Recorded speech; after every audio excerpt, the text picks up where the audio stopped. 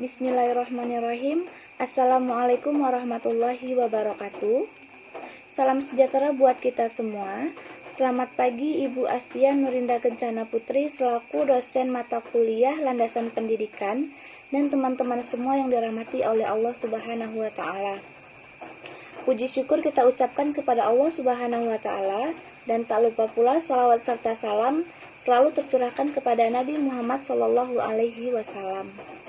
Kami dari kelompok 8 yang beranggotakan saya Mesya Andini dengan nomor NPM 2169149 sebagai moderator dan Septia Kamala dengan nomor NPM 216910254. Yang terakhir ada Rani Oktaviani dengan nomor NPM 216910212. Pada hari ini kami akan mempresentasikan hasil diskusi kami yang berjudul Landasan Sosiologis dan Antropologis Pendidikan. Poin yang pertama, individu, masyarakat, dan budaya. Individu merupakan manusia perseorangan yang memiliki karakteristik sebagai kesatuan yang tak dapat dibagi. Masyarakat didefinisikan oleh Ralph Linton, setiap kelompok manusia yang telah hidup dan bekerja sama cukup lama sehingga mereka dapat mengatur diri mereka dan menganggap diri mereka sebagai satu kesatuan sosial dan batas-batas yang dirumuskan dengan jelas. Dan kebudayaan adalah keseluruhan sistem gagasan, tindakan dan hasil karya manusia dalam rangka kehidupan masyarakat yang dijadikan milik diri manusia dengan belajar. Ada 3 jenis wujud kebudayaan.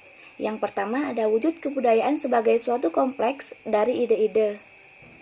Yang kedua, wujud kebudayaan sebagai suatu kompleks aktivitas.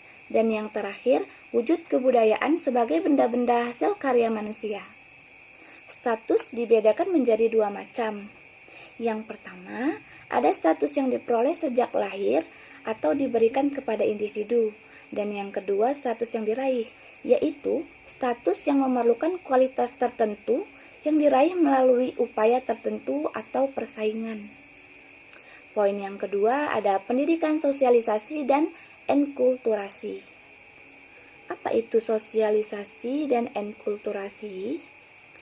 Enkulturasi atau pembudayaan adalah proses mempelajari dan menyesuaikan alam pikiran dan sikap individu dengan sistem norma, adat, dan peraturan-peraturan yang hidup dalam kebudayaannya. Dan sosialisasi itu adalah proses permasyarakatan, yaitu seluruh proses apabila seorang individu dari masa kanak-kanak sampai dewasa berkembang, berhubungan, mengenal, dan menyesuaikan diri dengan individu-individu lain dalam masyarakat. Dan poin yang ketiga, pendidikan sebagai pranata sosial.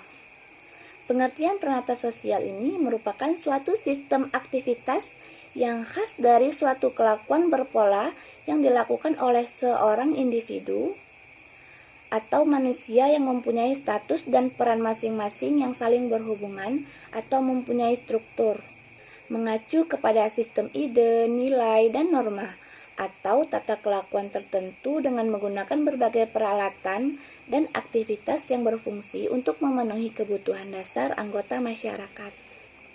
Ada 4 jenis pranata sosial.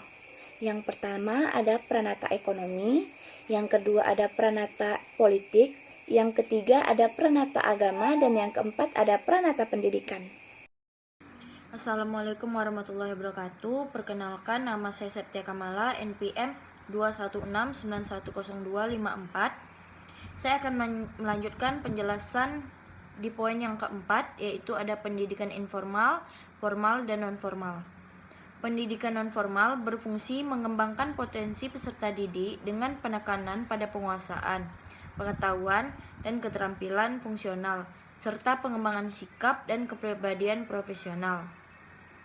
Yang kedua, pendidikan informal adalah pendidikan yang berlangsung atau terselenggara secara wajar di dalam lingkungan hidup sehari-hari. Yang ketiga, lembaga pendidikan formal. Sekolah merupakan kesatuan kegiatan menyelenggarakan pembelajaran yang dilakukan oleh para petugas khusus dengan cara-cara yang terencana dan teratur. Selanjutnya di poin kelima ada pendidikan, masyarakat, dan kebudayaan. Peranata pendidikan memiliki dua fungsi utama, yaitu satu, fungsi konservasi.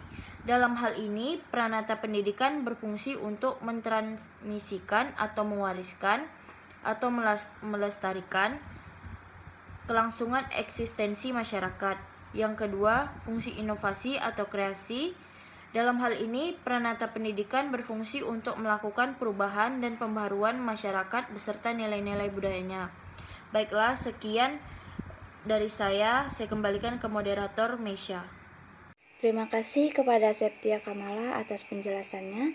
Untuk yang selanjutnya akan dibacakan oleh Rani Oktaviani. Kepada Rani Oktaviani dipersilakan.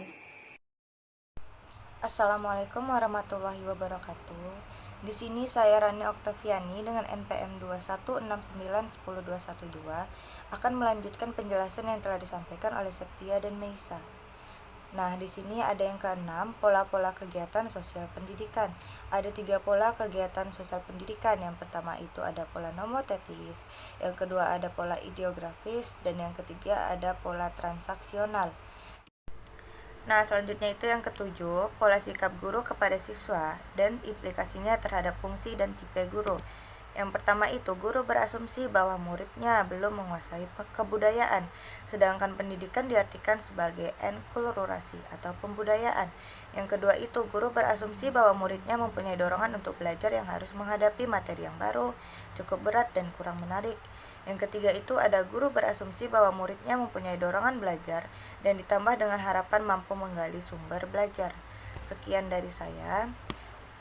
Terima kasih, apabila ada salah kata mohon dimaafkan, akan saya kembalikan kepada moderator.